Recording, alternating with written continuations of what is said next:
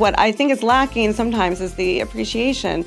When the New York Times has an article on us, everyone gets so excited.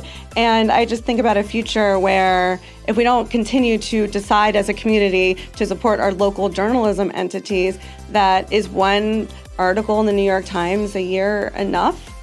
I don't think so. I think that we have so many stories, that we could tell every single day.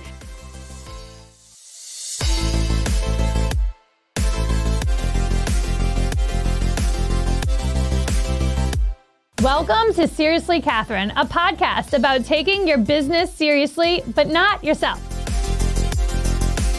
On this week's episode of Seriously Catherine, I am joined by Abby Tegnelia. She is the CEO of local media company Empire Media and editor-in-chief of Capital Region Living and Saratoga Living. Let's get to it. Warning to all the parents who may be listening to this podcast with their children in earshot. I suggest before you listen to this next segment, you get the kids out of the car or put headphones in.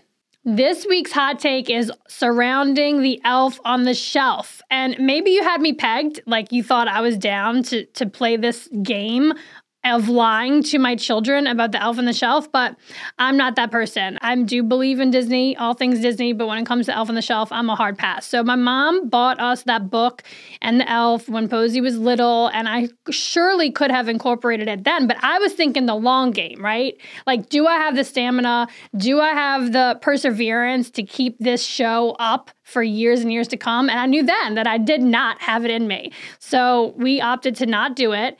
And then, of course, along comes, like, Posey was fine. She totally rolled with the not having the elf on the shelf. And I don't even think it wasn't even an issue. But as you can imagine, if you've been listening to this podcast, Posey is not the problem child. That would be Ruby. And she has issue with this. So it came up, right? And she's like, why don't we have a shelf? And an elf, an elf sitting on the shelf. So initially, I just sort of said, like, look, I've got Santa's number. I don't need some, mischievous elf surveilling our family and checking to see if, we're doing things the right way, right? So she totally took that. We're running with it, and it's worked so far. But I do think this child is not ordinary. She is going to come back for me for more answers to the question of why we don't have an elf on the shelf. So I've got an arsenal of responses, because it's not like it's sort of hypocritical to be like, I'm not going to lie to my kid and pretend like this elf on the shelf is a thing, right? But then I'm also going to lie to my kid and tell her that I got Santa's number. So what I told Ruby is I have Santa Claus's number, I got the man's number, okay? And he's looking out anyway. Santa is looking out already. And also, there's the other thing. Like, if your kids are good, you don't need the extra support from an elf. Okay, so that's like the storyline I'm going with. Also, I don't like fairies in my house. This isn't where fairies and elves, they don't belong inside. They're woodland creatures. They can't be inside the house. They need their freedom to fly and do magical things, and those things don't happen inside. That's my other wing. I don't know. I would like to hear from other parents who are anti-elf on the shelf parents.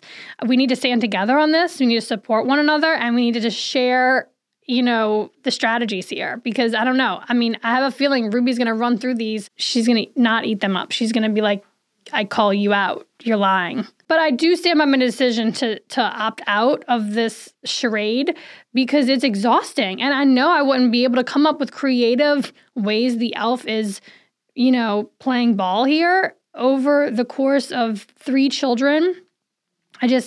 It's too much. I bow down to the people who have been able to do this and sustain themselves. And there are so many amazing creative solutions. I remember when Frozen came out, there were some Elsa, the Elsa doll, froze the elf in a block of ice or something. That was hilarious. I've seen another one where it's like a note from the elf saying, I tried to bring you a snowman from the North Pole, but it melted. So it's like a bowl with a carrot and 2 coal. I'm sure this woman didn't use coal. I'm sure it was some other piece of dirt. Anyway, it was cute. There's a lot of adorable and creative ways to continue lying to your children. Also, this is the other thing, right? I do feel if we need to leverage an elf on the shelf to get our kids to behave themselves, something's not right. Like, what do you do for the rest of the year? Like, there's got to be another thing. Is there an Easter elf? Is there a Christmas? I mean, like, I need other solutions to like hold that together for the long term, right? Like, so again, it's like self-preservation, and also it's a loaded topic. I think people are going to come for me because I'm the anti-elf on the shelf person. But I do have to tip my hat to my sister-in-law, Mandy, because last night she actually came over and brought an advent calendar for the kids. So it's like one of those shoe hangers that she goes over and she's got them all numbered, and all the kids have something to unwrap every day. And there's a little calendar, so they're counting down to Christmas. And don't you know, this morning was such a smooth experience, which is not usually the case for me in the morning. And it was all because of this damn advent calendar. And I'm like, thank the good baby Jesus that Mandy is in our lives and she's so nearby and she brought this thing over because they were so well behaved. So, you know, I don't have all the answers. I don't have it all figured out. And I know this sounds like so I'm calling myself out on the hypocrisy because I'm saying no to Elf on the Shelf, but yes to the Advent calendar, yes to Santa in general. I'm also lying to my children that I have Santa's phone number and they all believe it. And, you know, whatever it takes for us to get through the day and through the season and through this thing called parenting. Send me some feedback. I want to hear your creative ideas on how you get through it. And that's all I have to say about that. Okay, so if you know me, you know that I love what I do. And I'm a workaholic, so if I ever have a chance to get away, I can't go too far away without my kids and without being so far away from work. The Adelphi is my go-to. What's really great about the Adelphi is that it has everything you need. It's right there on Broadway. It has a restaurant, it's got the breakfast joint, it's got it all. And the room service is amazing. So last Christmas, we did Christmas Day night at the Adelphi. We booked the Polaris suite, which is really special because it has a hot tub on the balcony. And the kids loved it. It was so much fun. We ordered room service and it was just like the most special thing. And again, it's got a jacuzzi. I mean, who doesn't want to use a jacuzzi at the Adelphi? If you don't have the opportunity to stay at the Adelphi, you can still go and hang out in their lobby or eat at their restaurants. The best sushi in town, by far, I believe, is at the Adelphi. You should get the rainbow roll. You can thank me later. It's delicious. It's absolutely the bomb. If you are local and you need a night off or a night away, don't go too far. Go right there to the Adelphi. Book yourself a room, have dinner there, have breakfast in the morning, and you'll feel like a totally different person when you wake up. This week from Saratoga Living, they reported on a 32-year-old book club. Now, I usually get kicked out of the book clubs that I'm a member of because I don't read the books. So I'm a fan of book clubs where you're not judged if you didn't read the book. Like, I'm a mom. I got little kids. I mean, it gets to the point where you join a book club because you just want to be around other humans without children and drink some wine and have deep conversations. And I can certainly engage in the topic of the book. Like, it doesn't take a rocket science to sort of like get there. I don't know if this 32-year-old book club would let me in, is the ultimate conclusion I came to after reading this article, is they would probably be like, oh yeah, no, you're a little too much. You are not reading the book. You're drinking too much wine, and find another book club. Kudos to this book club, over 32-year-old book club. I would actually love to, maybe they said this in the article, but like, how? Were there guidelines? Were there values that they said? Were there bylaws? What are the requirements and how do they keep everybody like on it? Showing up, reading the book. I mean, think of all the shit that went down over 32 years. That's a lot of books, and that's a lot of life experiences being shared amongst you. Because, I mean, yeah, you talk about the book, but they're talking about other stuff too. Marriages, divorce, deaths, babies, all the things. So tell us a little about how you came to live in this idyllic upstate New York city in the country. So 2018, actually, Saratoga Living was in the process of turning over to new owners. And a person who was working there, I had worked with in Las Vegas. After Las Vegas, I moved to California. He moved back to New York City. So I was doing a lot of work from California on the magazine, but then also ended up doing work for a bunch of companies in Saratoga via the owner of the magazine. So finally I got talked into moving here. They strategically sort of had me come during certain months, I think. And I came out here and I was working at 3 companies. It was a 3-parter. And over time, I was clearly spending more time at the magazine. That makes sense. That is my background. And the CEO at the time, my predecessor, left in the middle of the night in February 2020.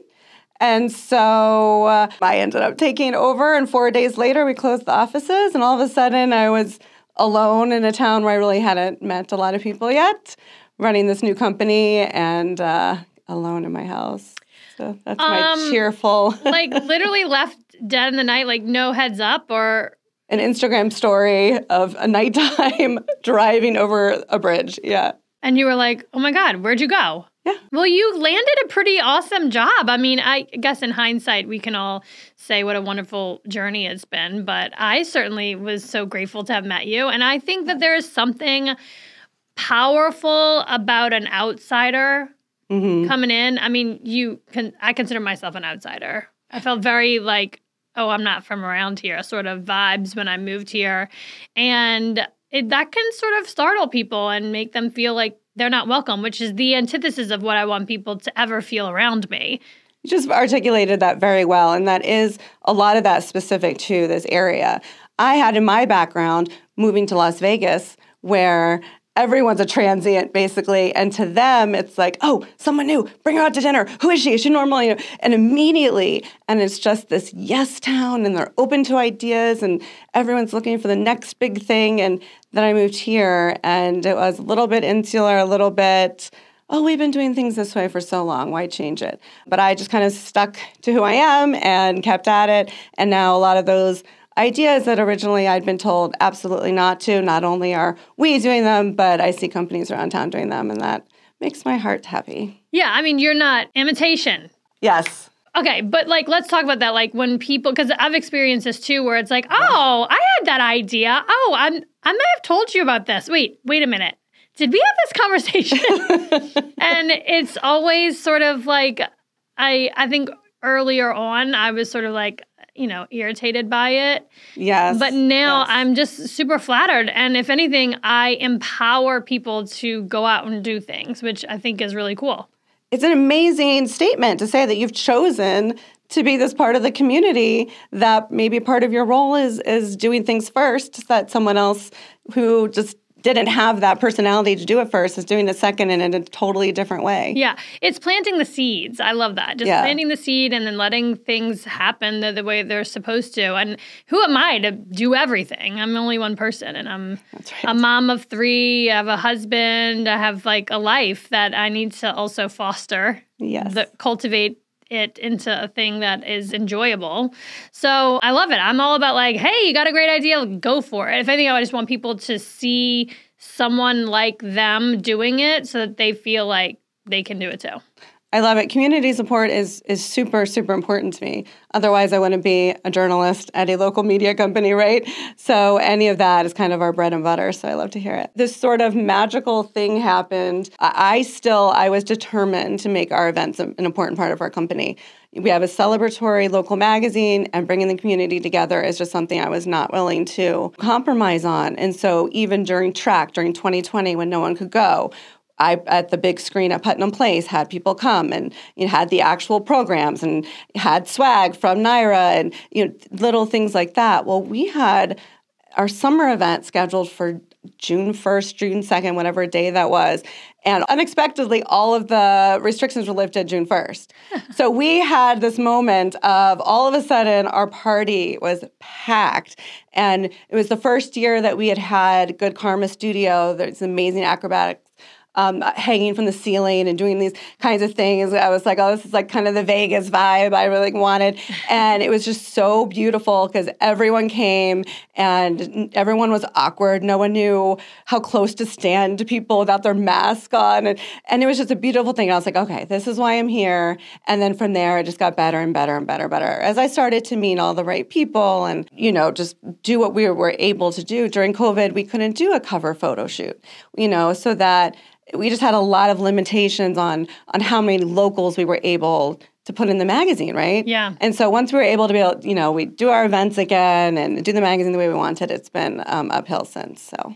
Yeah, and I think every year since then, it's just getting better and better and better. And people, what I felt during COVID was a huge sense of community and an opportunity for us to demonstrate what that means, coming together, helping one another, supporting each other, having very hard conversations about. Yes, absolutely. I think you and I got to know each other during that time. Yes. Because it was sort of like, we need to be the ones moving forward, moving ahead. Saratoga should be a beacon of light for the whole state, if not the whole country, on how to do things, right? Do things safely, do things out in the open, outside, outdoors. We all have to we do have to carry on, and sustain ourselves somehow. Yes. So I really enjoyed seeing everyone's true colors during that time. That's an excellent way to put it. Isn't that a fun way to put it? Yes. I mean, you can read between the lines. There were some characters during that period that I think capitalized on the crisis and in a negative way. But you sure as hell were not one of them. Thank you. You came from a journalism background. I did. Traveling journalism? Why do I get the sense that you were a travel journalist? So I was. Because you like to, do you like to travel also? So my career path, I started off in New York City. I worked at New York Magazine. So really started at what I think is the #1 celebratory local magazine. They do some hard-hitting stuff that only works in New York City. And I often say in many ways, you are your first job. So I should have known that was going to come back around. But I took a long time off and did the celebrity thing. So Us Weekly, In Touch, even OK for a little while, Star for a hot second, for years and years and years and years. And then that slowly brought me to the West Coast. Eventually, I became the editor-in-chief of Vegas magazine, which is all about the highest end food and wine and that kind of thing. And so through that, I ended up doing food and wine. Then I moved to Northern California and kind of wine country. And there, food and wine means travel. That is their whole thing. So then I had always been a huge traveler my whole life. And that is when it became food, wine, travel. And that's all I did for a very long time. Awesome. Until I moved here. Yes. And so you land here, and do you feel like there is enough to go around as far as information, news, trends, do you know what I mean? Some people think, some people think oh, you live in this little small town. But for me, there's so much to talk about. There is so much to talk about. The first point is I moved here from the Bay Area, where driving to dinner, 90 minutes each way is not abnormal. Here, people tend to not go very far. So I tend to push and push and push. We're not, we're Saratoga Living. We also have Capital Region Living. And Saratogians can go to Albany for something. I don't know. So there's just so much content out there. And yes, I think there is enough. What I think is lacking sometimes is the appreciation. When the New York Times has an article on us, everyone gets so excited. And I just think about a future where if we don't continue to decide as a community to support our local journalism entities, that is one article in the New York Times a year enough? I don't think so. I think that we have so many stories, that we could tell every single day.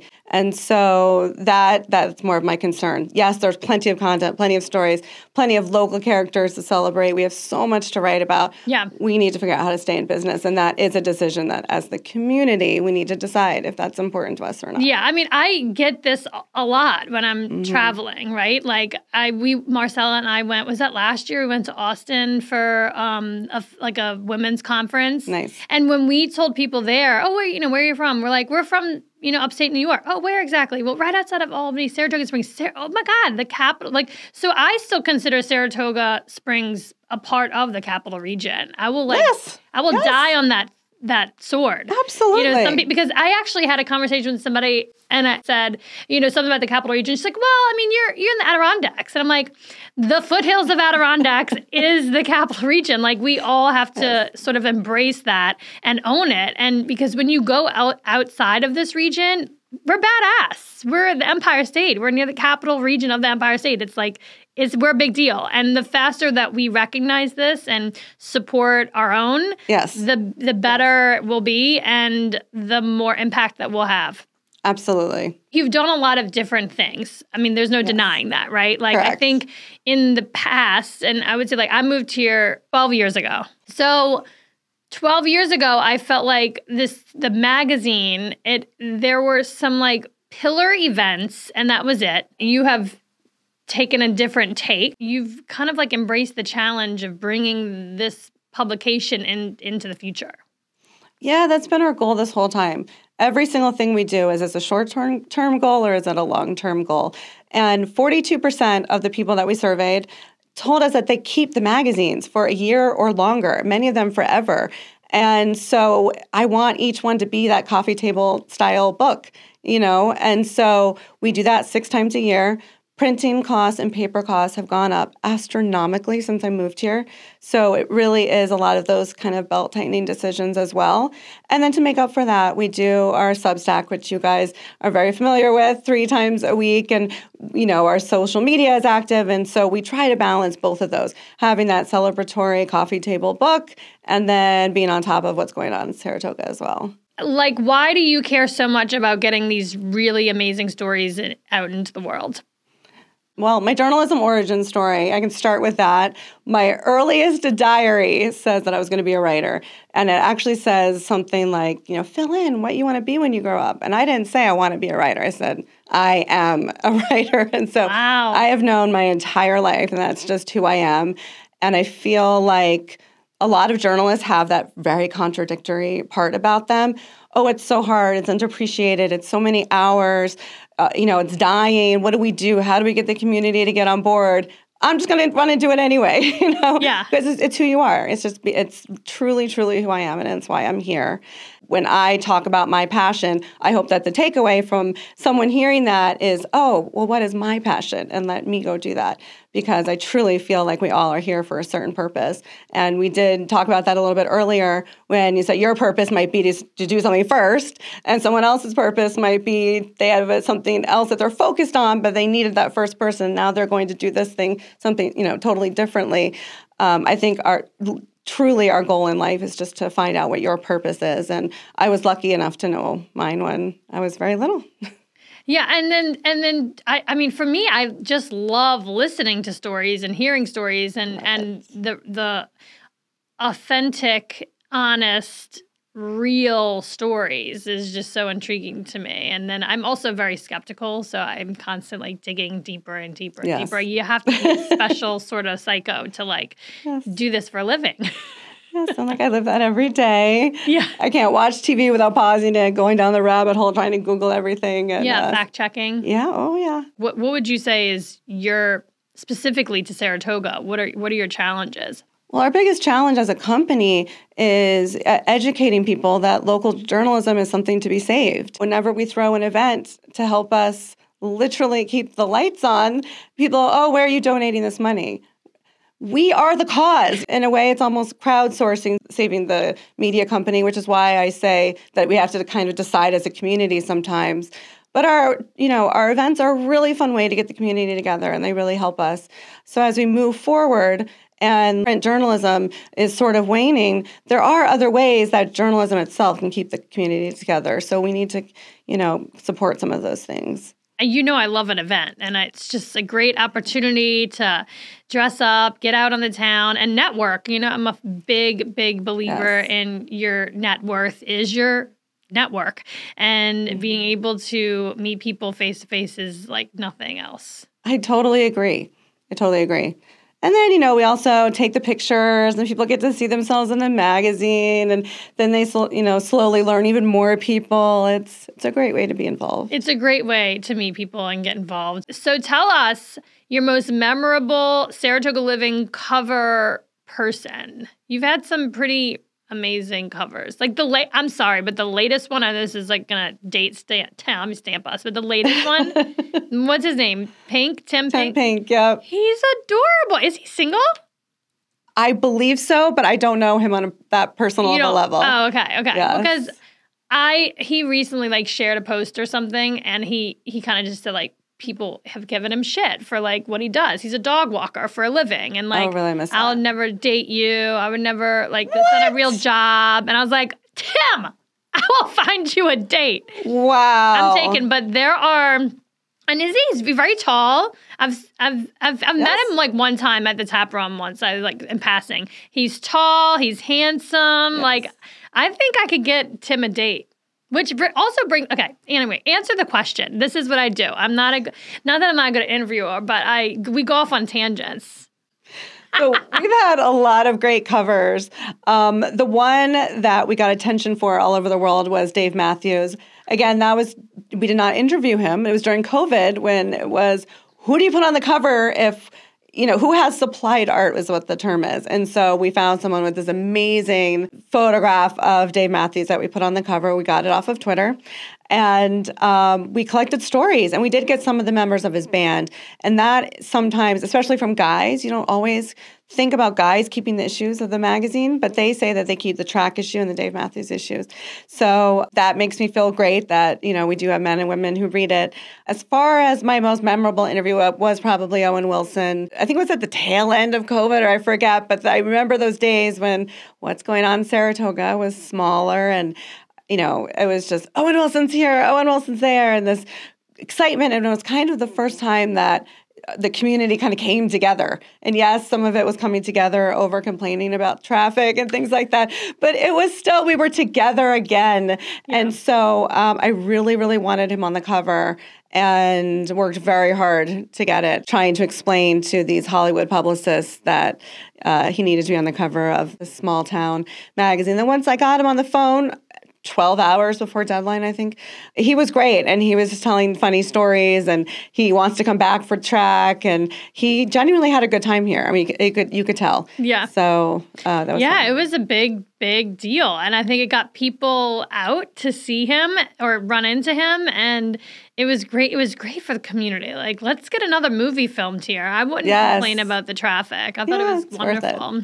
I tried to get him to come to Paint and Sip. Like, I don't get why he didn't. Well, I wanted What was he doing? What was he doing? He couldn't come to Henry Street. I know. So, like, hats off to you that you got him to do the interview. Like, how do you even do that? I remember asking Marcella. I remember how does one do that? Like, okay, I know I'm like been really on top of the Taylor Swift, Travis Kelce bandwagon. Like, okay, so Travis Kelce says that like he tried to get in touch with Taylor Swift's people to like give her a bracelet and couldn't make it happen. It's like if you are, I see. If you are Travis Kelce couldn't get her a message. How did I get Owen? Is that your question? Yeah, there you go.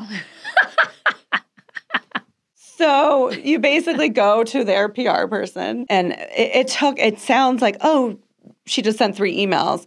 It was probably 25 emails, explaining why this was so important and, calling one of the producers in the movie. He was very helpful, getting stuff from him about how important it was. And then I used to work at the big magazine, so I know the language, and it was a little bit of that too. I know that you're waiting to do the big guys first, but I'm telling you now, if this doesn't happen in the next 3 days, it's not going to happen, and just sort of keeping at it and calling and emailing. And I mean, even like down to the wire, you're still probably like, is he even going to pick up the phone? Am I actually going to speak to him, or is this going to be like an interview via email, which is never good? They're never as much fun. Nope. He called me himself from Hawaii, and we had an interview. Yes, it was a little nerve-wracking. Yeah. How do you top that?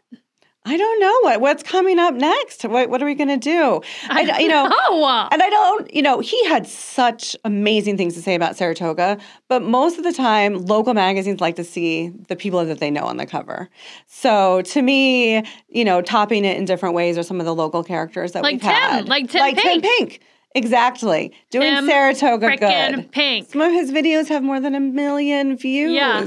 And he's just so adorable. Like, he's so good. And the puppies. I mean, who doesn't? Good. How are you going to hate on puppies? You cannot. You can't. You cannot. The puppy people will come for you. Yes. Okay, so you obviously coordinated a photo shoot with him and the puppies. And just for anyone who doesn't know who Tim Pink is, he is like this guy that has a dog walking company business. Yes. And so on a regular basis, it's almost like you're seeing a celebrity in the wild is the dogs. It's like these dozens of dogs walking with one man. And they're just like, it's incredible. It is incredible. And I don't know what his handle is on social medias. We have just looked up Tim Pink's new Instagram. It used to be Saratoga Dog Walker, and it is now _pink_pup_.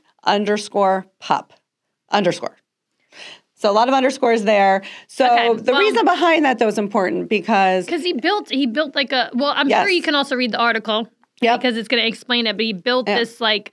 Well, it's a whole retreat for dogs where you can actually get full training. So, we don't put people on the cover just because we like them. We try to find that why now piece. What are they doing that's different now? Why are we putting them on the cover now instead of next June or, whenever? And so the fact that he's this world famous, really. I mean, dog walker, the fact that he's expanding his business to be able to train even more dogs and spend more time with the animals. And also, I just love any kind of entrepreneurial spirit. So it was perfect timing. He's doing great. It's really cool. And he does a lot of, you can definitely read the article. It's really is remarkable. You got to go, like people have to go look it up because big ass dogs, little ass dogs, all walking in unison down Broadway or unbelievable.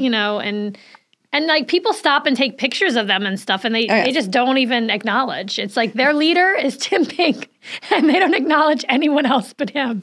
So give me some parting words, Abby, because we could talk Saratoga Living all day. My parting words. I think the most important thing to me that we've talked about during this interview is just the importance of finding your own path. And I think that by everybody finding their own path and then supporting everybody else as they on their paths, that's the way that as a community we can work a little bit better together. Yeah. I know a lot of people have fear around some of that sometimes. And, I just tell people over and over and over again, look at your past, get therapy. I know that you are also a therapy girl. Mm-hmm. And, trauma is just reacting to a perceived threat. It might not be, it might have once been there, but it's not there now. So whenever I'm scared about doing something or I'm not sure, it's like a truth or trauma, is that really what's happening now? Or am I scared because something that happened 10 years ago might happen again? That's ridiculous. Yeah. And so just to kind of check myself and then just, one day after the next. Just one step in front of the other. Yes. Just get to the next day. Right now, during the holiday time, I know everyone's so busy. I don't even look at the next day's calendar until. Well, it's also the news is just so traumatizing. It's like you can't even look ahead because like things can change tomorrow. And we've seen it. We've lived through it day in, day out. This has happened already. So it's just, I'm working on just like thinking about what I actually have control over. Yes. Thinking about how much time I actually have in the day and just trying to do my best. And, one of the things you have control over is how much news you ingest, right? And I am very careful, even though I'm a news junkie, and I might read every single restaurant opening, stories like that. I'm really careful about what energy I bring in the mornings before I start my day. So there are whole sections of negative news that I won't just scroll right past and, check in maybe once a week. But for me, I'm not going to start off my day taking in all of that thing. And I can't control it. There's nothing I can do about it. So obviously around election time, that would be the opposite, right? I'm reading everything every day. I'm learning. But just on a normal day, I'm very careful against not reading all the negative news. Right. Well, if anyone wants to get a hold of you or they have a story to tell. Ooh, yes. We love pitches. Yeah, so don't be intimidated to contact Abby and tell her your story, especially your local one and Capital Region General, right? Because we do have Capital Region Living as well that covers everything else. Yep, we go down as far south as Hudson and, all the way up to Glens Falls. So any stories, believe it or not, we will send emails out to hundreds of people and ask, anything new going on, and we don't get a lot back. So if you're sitting on a story and wishing that we were calling your house, just send me an email. It's very easy. And there is a story. Everyone's got a story. Yes. And it is newsworthy. And if it's positive and optimistic, I am willing to tell that no matter, hands down. I'm all about that. All we do is celebrate. We are 100% celebratory local magazine. So if you're tired of the bad news, come aboard with us. Yes. We have a good time. Escape to your local community. Yeah, I love that. Okay, let's trademark it. Great. Next up is my facepalm mom moment this week. I'm sure if you listened to me last week talk about how I was going to bring my kids to Victorian Street Walk, you were like, you knew I was going to have to bring this up again because it was total facepalm mom moment. I brought all 3 kids with me to Victorian Street Walk, which is such a lovely event that Downtown Business Association in Saratoga Springs puts together. All the streets are blocked off. There's so many people downtown. All the windows are decorated. There's live ballerinas in a lot of the windows. So much fun. And overall, it's a good experience. But I brought all 3 kids by myself. They had to go see Allie at Piper because, we're really close to Allie. So every time we're downtown, we got to go see Allie. There's usually candy there. So, you're being pulled in all sorts of different directions. But the straw that broke the camel's back was when they had these carnival-like vendor, and they had these hats and these light-up wands and these spinny things, and I avoided it up until the very last moment. We walked South Broadway, stopped at Alley, I got these kids cotton candy, I got them hot cocoa, I got them cider donuts, I did all the things, and then we got up to this vendor cart, and Ruby, surprise, surprise, who's not surprised here, that she's the one who loses her shit because I told her we weren't going to get one of those clap hats. Really? No, I'm not getting that for you. I did ask how much it cost. It was $20 and I was like, hell no, I'm not doing this. I thought we would distract her by the beautiful Christmas trees and all the things going on at the city center. And Ruby just lost it and it just went downhill from there. I'm not going to shame the other parent that we were with that bought their child something from this vendor cart. But really, that is what set it all off. Another kid was getting something and then my kid wasn't. And it was a life lesson for Ruby that just because another kid gets something doesn't mean she's going to get it. I almost feel like now you're definitely not going to get it. Just to prove a purpose, right? We're not just going to keep up with the Joneses here at this downtown. And that's what we were talking about. I was like, we are not just going to get something because they're getting, I went full on crazy person. And in these types of situations, I kind of don't even know what to do because, it's in a public space. It's it's awkward. There are people staring. Why is this child screaming bloody murder? Again, you got to parent all these kids differently, right? For Posey, I would walk away a little bit and she would hold it. She would pull herself together and come after me, right? Ruby doesn't do that. She just screams louder and causes more of a scene and attention. And it is so dramatic and traumatic, I'm sure. In that moment, I was like, what was I thinking? Why did I think that this could be a pleasant experience? Ruby cried herself to sleep because she didn't get a clap hat from the carnival vendor at the downtown Victorian Street Walk. Total facepalm mom moment. Thank you for listening to this podcast. And if you want to connect with me, slide into my DMs on Instagram. My handle is Catherine Hover.